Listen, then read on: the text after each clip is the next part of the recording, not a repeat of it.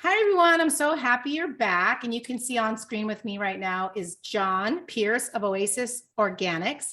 He is a regenerative farmer. That's not easy to say, regenerative farmer. Doesn't And roll. he is going to talk about how what you eat helps regenerate and restore your health. So if you can start by telling us how you got into this, John, that'd be wonderful. Okay, well, it's been a natural progression. I grew up on farms. I was raised for a good part of that on a 300-acre hay farm, and that was what you'd call conventional. So full chemicals, the whole 9 yards. And watching, he was a veterinarian, the guy that owned this. So he was able to pump money that way. So this was really his 300-acre hobby. It was supported from outside, and he could use all these inputs and conventionals, and a lot of them are having a tough time now with fertilizer prices going up. But it just didn't make sense to me to see this beautiful soil getting washed down the drain constantly. It was like New Jersey, where I'm from, is called the Garden State for a reason. Before all the cement and asphalt, it was amazing soil. Jersey tomatoes are like famous, and just the practices he used, which are commonplace throughout agriculture, would over time destroy this kind of some of the best soil on earth. And I would see that all take off down the drain. And then I always wondered why that was. And as a kid, I didn't think of it. It just kind of was the way it was to me. But there was these little valleys forming all through his fields. And Can we pause real quick? I just want to ask you, who are you talking about when you were young, and who's this person and where's this farm? He was actually our landlord. My mom worked for him. He was a veterinarian, and she was like basically a vet tech for him, ran like healing machines for racehorses. So I guess I should put that in there. And so that was kind of an interesting thing. We've always been interested in some sort of health. I heard about that one crazy horse anti-wormer thing when I was 5, so then I heard it on the news and I was like, huh, it just, I heard that. You mean ivermectin, right? Yeah. Yeah, I have a story too about that. I'll share later. What a trip. But yeah, we used to, even stuff like that was commonplace, to give to the horses to treat them. And now with, I have kind of a different viewpoint on it now as a farmer, because by putting that through a horse's system or livestock, cattle, it's really everywhere. You stop the natural processes that would let that material go back to the land, which are dung beetles and insects and yada, yada. So that is what would, everything should behave as it used to with the bison. So it would just a perfect nutrient cycling. The bison would go through, the insects would put it in the ground, and then boom, the grass goes right back up. So that's almost a perfect food system. You got sunlight shining down, the grass grows, the buffalo eats it, or the cow, and then you get this super nutritious meat. You're not bringing in compost, you're not adding nutrients. It's just a perfect closed loop system. The only supplied energy is from the sun. So if we could get back to something like that in our food system on a large scale, then we might be in a little bit better spot. So anyway, I get it. Okay. that's a long answer to a short question. But yeah, I love the long answers. I know people are going to be fascinated because most of us are not raised on farms. We're living in apartments. We're living in homes with a little bit of land. So I wanted to ask you about that. Can you tell us, since you were raised on a farm, did you have animals? Did you eat the animal protein? Were you ever vegan, vegetarian in your life? Sure. So that farm itself was alfalfa and hay. It wasn't really for human consumption. It was all basically to be fed to animals. So what you do is you're taking that nutrition from your land and shipping it out, which is kind of doesn't exactly make sense. But growing up, we would raise, like, not on a commercial scale, but my family would have steers or a pig here or there, and then we'd name it and get too attached and whatnot and all that. But so that was always really natural to me. We were kind of raised, my uncle was always hunting, so we had wild game in the freezer. My mom would make jerky. It was kind of pretty ideal in a lot of ways, wild turkey and whatnot. But other than that, we ate a lot of what everybody eats, what's accessible. I remember eating McDonald's and all that growing up and feeling not like I did when I had the wild game out of the freezer. You know, it's a very different product. And for the longest, you know, growing up around all those animals, my mom working for a veterinarian and working around horses and whatnot, you eventually at some point, I think around 2012, when we had that flood of vegan documentaries, and all of a sudden people woke up to the reality of our food system, you know, and like no one can deny that kind of the reality is terrible of the industrialized food system, where those things have a whole, like their whole entire life is it's terrible. Where say in a regenerative food system, you get one bad day, you know, like however, you know, it's a beautiful life out in the sunshine and then on to the next, whatever it may be for them. But so that all hit me and it started sinking in bits and pieces. And eventually I did go full vegan for a very long time, and devout. And I listened to something called the Nutrition Facts podcast, which I've learned a ton of really interesting stuff from that.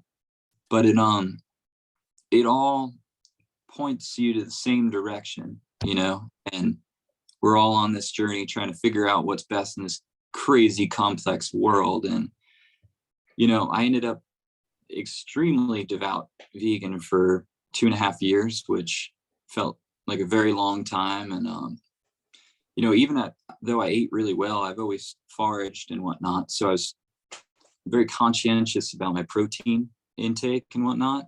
And, you know, eating these, you know, gourmet mushrooms and stuff that we'd forage. And I just had trouble keeping on weight with that. It was definitely a struggle. And, you know, I ate so well. So they always say when you go vegan, you feel a lot better if you're, say, doing it right, because you're getting all these fresh vegetables and all of that people normally don't eat until, like a lot of people don't eat until they go to that extreme.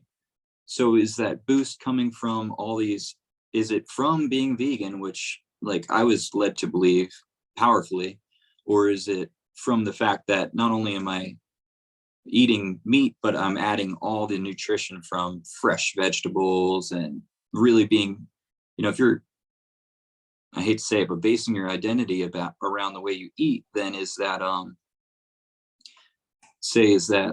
what's the word I'm looking for? You know, you're very conscientious about every bite, really. You know, you search out the only vegan restaurant that's 25 miles away. And I think you have some experience with that too.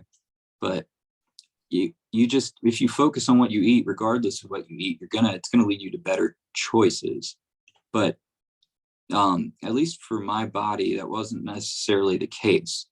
So I remember I thought or at least I convinced myself I felt great and whatnot. But after a while, probably 1.5 years in or so, I hadn't seen my cousins in a while and that I grew up with, and they're like, "What happened to you, man?" I like all of a sudden I look in the mirror and my cheeks had gotten sucked in at some point, and I mean, like I was carrying around bowls of quinoa, like this big quinoa, and fresh veggies and olive oil and avocado oil, and I couldn't keep the weight on, like as active as I am, it was tough, you know. And then somewhere along that journey, I stumbled through a friend of mine. She invited me over and gave me some farm fresh eggs that they had raised like right in the backyard. And that was almost like my gateway back to where I am today. And I feel really good on most days. And her husband has been doing this regenerative farming thing for probably 15 years now. One of the first rotational grazers in this whole region, which we can get into that more, which is fascinating stuff to me.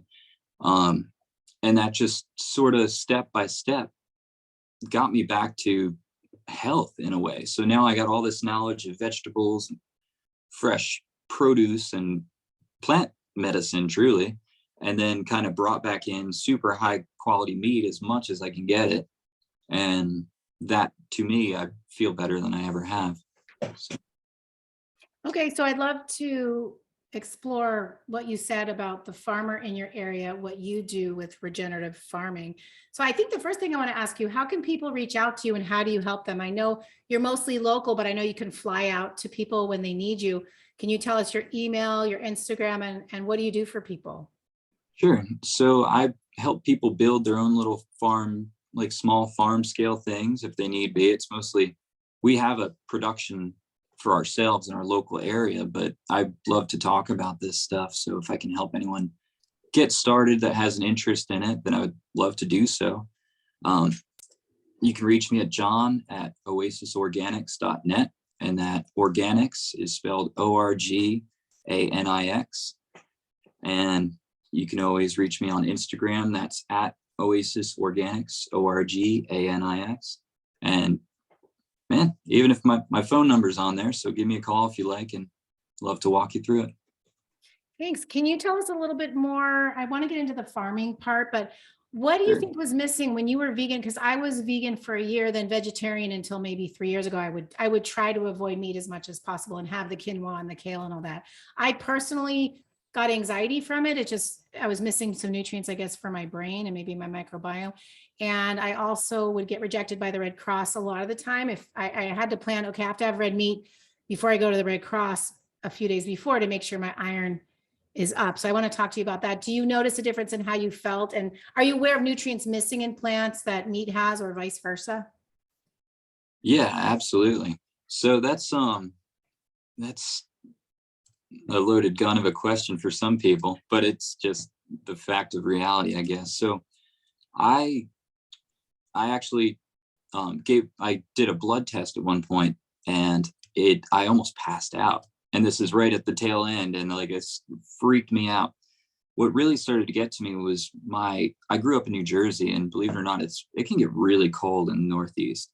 So what I noticed is I wasn't, this is first and foremost, and maybe it's the same thing, like you said, for like the brain deal, where a lack of the same fats, because, the same thing that's in a steak is forming these thoughts, or trying to, but, that it's all very fatty. Our brain is mostly fat. But so I was actually really sensitive to the cold, which was odd because I've always been kind of hardy to it growing up there, and I couldn't take it. And that was probably my body weight slipping down and whatnot. But then there's also, and this is kind of an interesting one, is B12, which we don't get so much, especially and that's like that's when I went into being vegan. People warned me about it and this, that, and the other thing, but that's actually produced by bacteria in the cow, which is interesting. It's in the meat, but the cow doesn't produce it either. It's all in their stomach and whatnot. And what is it? Something. It's not off the top of my head, but so back in the olden days, you could have got it from a stream. You could have gotten it from veggies if they weren't washed. If the veggies themselves had a healthy microbiome, those bacteria could have been there. But nowadays, everything is so sterilized, and we see sterilized as a good thing, and it's only a good thing in surgery and countertops. But so that, and then kind of like you said about having to eat red meat before going to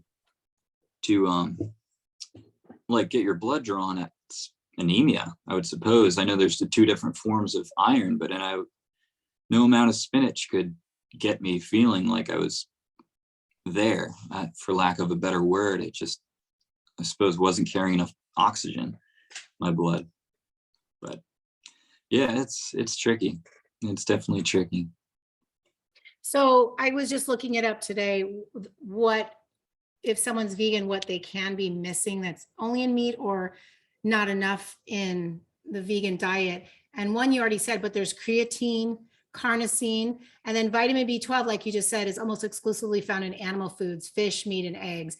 And then the vitamin D3, which is called cholecalciferol, that's in meat. I think it's the vitamin D2 you could get from plants, but not the D3. And then heme iron, you were just saying. That's why I told the story once in one of the other interviews where I was falling asleep. I had my little kids in the car. I had to call my parents, and I said, I'm falling asleep driving.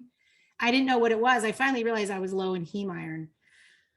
So it was Fascinating. pretty dangerous for me. And then DHA, it's omega-3 fatty acid essential for brain function, is found really high in meats, and all 9 amino acids are in red meats, not in the plants. They're missing amino acids. So plants lack essential amino acids, specifically branched chain amino acids, the BCAA, which it's easier to digest when it's in meat as well. So it's harder when it's in the plant. So anyway, that's what I was just looking up today. But I want to ask you about that. So your journey away from being exclusively vegan, we don't want to offend any vegans. We know you love being vegan and you should continue that way. But I tell my children, because they have some vegan influences in their life with friends, I say, try it. I tried it for a year. I tried being vegetarian, but you have to pay attention to your mind.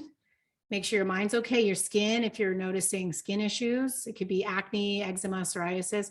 Your joints, if you're getting achy, your gut, if you're constipated or you're having nerve issues. For some people, they need to move over to meat, and we'll talk about that in a moment. But can you give us more experience in that regard with plant and meat eating? Sure. So one thing I should have just wiped out entirely, and I think actually the heart surgeon you had spoken to said the same thing, and would be wheat. Like the current wheat and how they developed the wheat that we grow here in America, it was actually a mutant. So they stressed out those seeds, the breeder, and he won a Nobel Prize. I just learned this a couple weeks ago. I couldn't believe it. He won a Nobel Prize for this wheat and end hunger. A lot of good that's done. But it's a mutant. And then now we are seeing what? There's people with wheat allergy, gluten sensitivity, and it's like this. And then now they're tying back autoimmune diseases to it, which were next to, non-existent decades ago from what I've read. And that's fascinating. I mean, my partner can't go anywhere near wheat. It just drives her, she's unbelievably sick. And we went to Paris where they use different forms of wheat, and this place was using an ancient form called einkorn, which I'd like to see that get popular because it's not this Franken wheat that we're led to eat. And she was eating croissant after croissant after croissant, just because it's not that same kind of whatever this Franken food we're being fed is. So you said about the DHA and the D3 and all that, which is fascinating because say a cow in a feedlot also being fed, say that Franken wheat or Franken corn or soy, it's like the omega-6s, I believe, get jacked up and the omega-3s go down, and those are supposed to be either balanced out or higher in the omega-3s. So when they're on that unnatural food diet, and then they're demonized because the cow farts, and right, that's going to destroy the world. But if you put them on grass, not only can they digest it, but then the levels are healthier. They're actually super healthy. It starts looking more like a profile of like a wild caught salmon. And this is just grass fed on healthy pasture cow. The same exact animal, if you raise it on corn and soy, it's going to be very unhealthy, So that's kind of a big thing I see missing. It's kind of interesting. The DHA too. We have some grass fed half and half. And I'm still I'm hanging on to my dairy. I don't know. I'm trying not to, but even that has way higher DHA. So when animals are allowed to be animals, it's amazing. We had to go to the store and buy eggs because I ran out of the ones that my mother raises on the farm kind of pretty close to here. And normally my mom's, I'll go to crack them on the bowl and it's almost a perfect test. And it's dude, you have to whack these things on the side because that hen is, and not to mention the yolk is super tough. So you are eating that much healthier, that much more nutrition.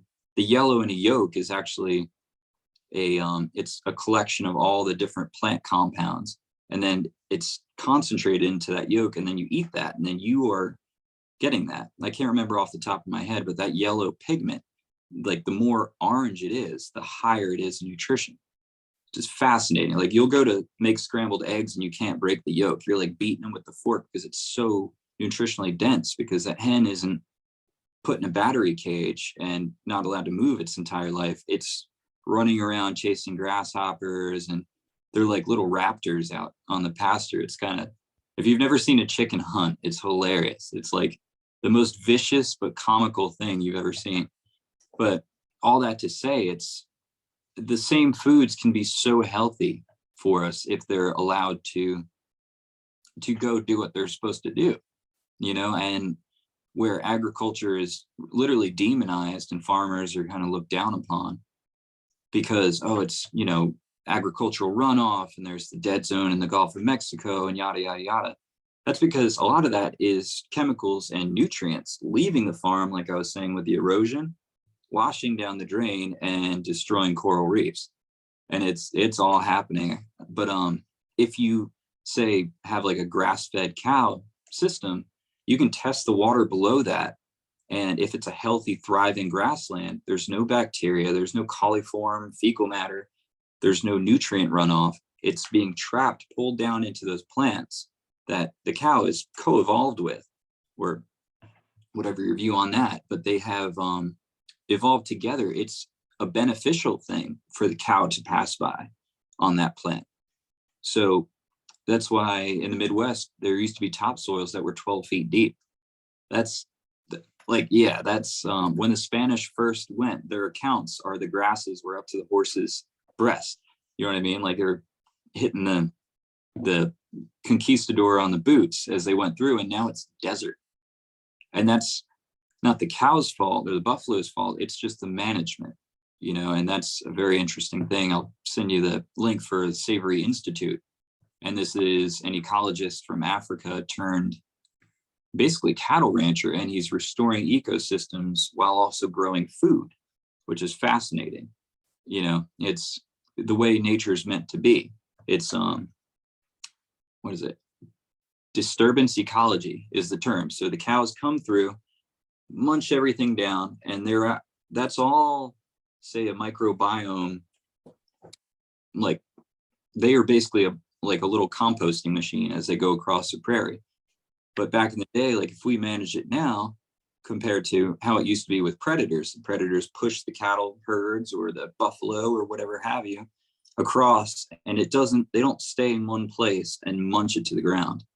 I grew up with horses, and you take your horse out and you walk them to the paddock, you cut them loose, and they will munch it to like a golf course green, and then it dies, and then you have dirt. But if you were to say, take that horse, you could take 20 horses, put them in that same paddock, and then move them out of there quickly. They're now a beneficial effect. They just fertilized your whole thing. Now that grass or whatever those plants are left to grow.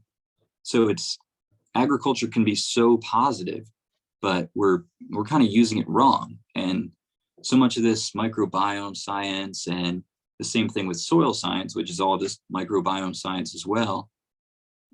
I'm sure that's quite the tome of a book you got there. It's just the reason it's not built into our agriculture system of today and hopefully of yesterday was we didn't know.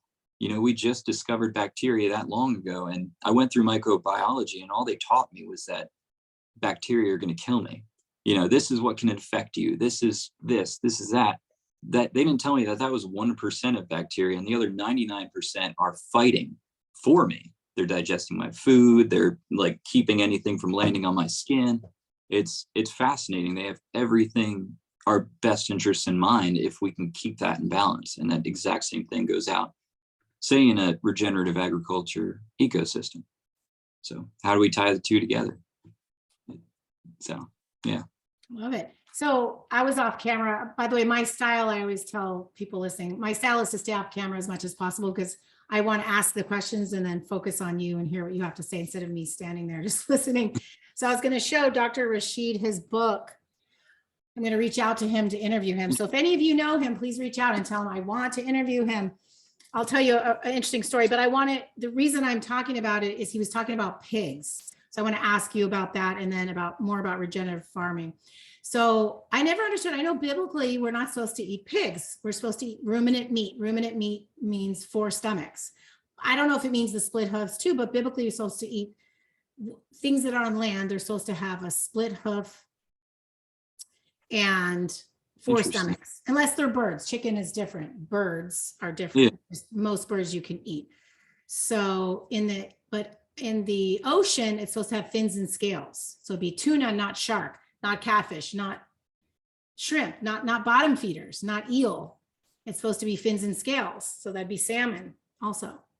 Mm. So I want to ask you about pigs. So in Dr. Rashid's book, he talks about why we don't eat pig, not from a biblical point, but he says pigs are 85% human in terms of how they look internally. He says when he was in medical school and they would do the colonoscopies and all the other oscopies from every orifice, they would use pig, including heart pig for heart transplants. And I forgot what else he said. So he said, just like a cannibal, cannibals don't do well. Humans can't eat humans.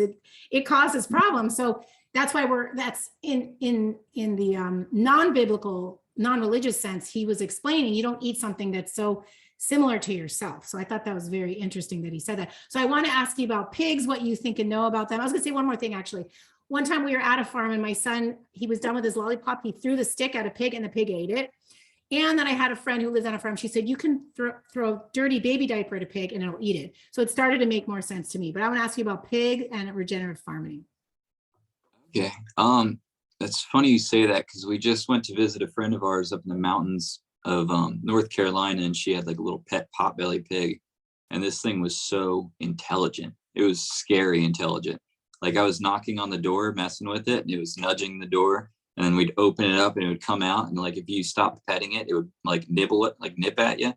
So that was, anyway, it's very fresh in my mind, the whole world of pigs. But I'll have to look into that as far as the biblical thing goes, just out of my own curiosity, because I've always heard that a lot of people don't eat pigs and they are very similar. There's a really huge name in regenerative agriculture. He's actually on the cover of this newspaper here. Joel Salatin, and he said a pig is basically like a human turned sideways. It's like a very similar digestive system. That's why they can also, like us, eat just about anything, and it's very quick. How we doing on time? Doing okay. So it's kind of fascinating as far as that goes. Again, it's what they eat. So pigs are forest animals. You can manage them really well and manage an ecosystem with it if you want it. For the people that do eat them, I don't know, I get really attached. The last pig I knew was named Ronald, and like he was just, yeah. Anyway, so but they, as far as health goes,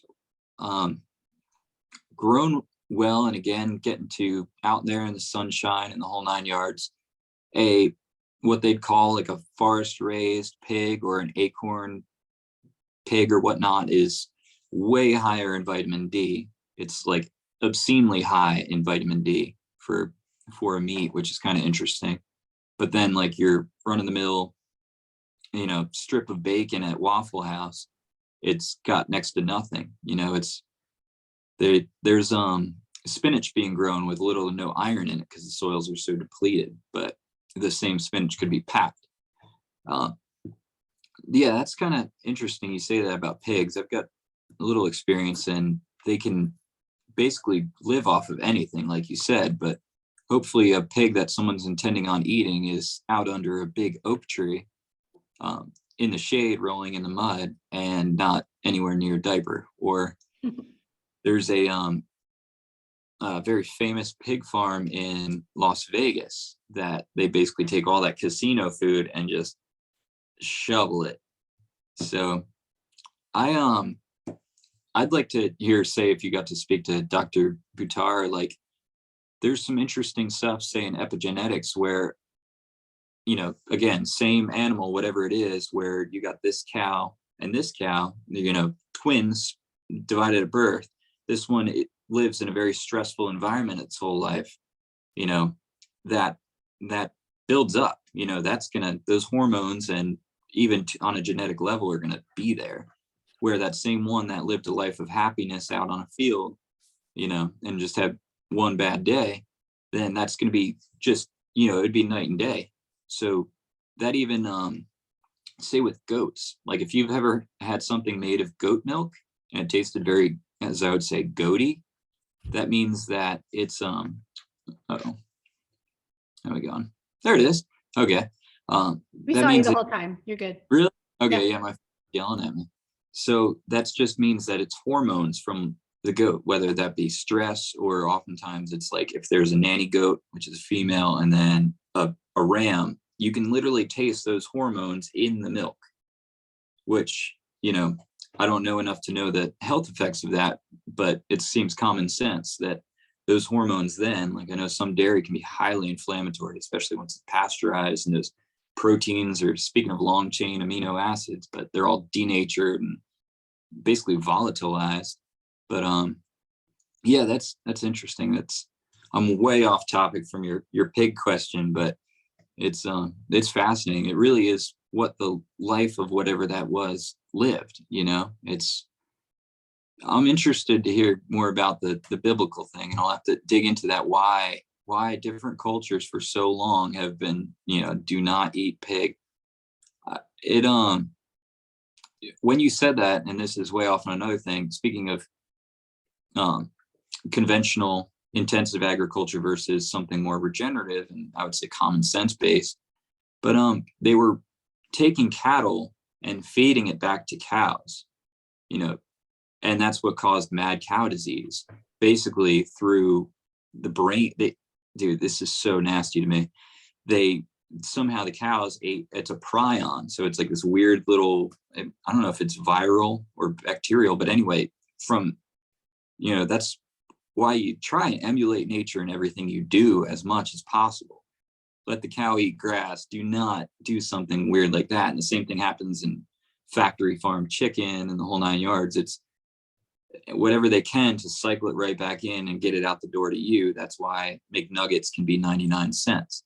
And that's why if you go to a little farm to table restaurant with a real chef, the same thing. Oh, that's $7 for these chicken tenders. Well, yeah, but I wish we had that sort of clarity on what's out there. We just see a slick ad campaign, the new Baconator, but instead of, hey, this pig chilled out its whole life, eating acorns and hanging with his buddies, while acquiring nutrients, super, like this much is that much is factory farm meat.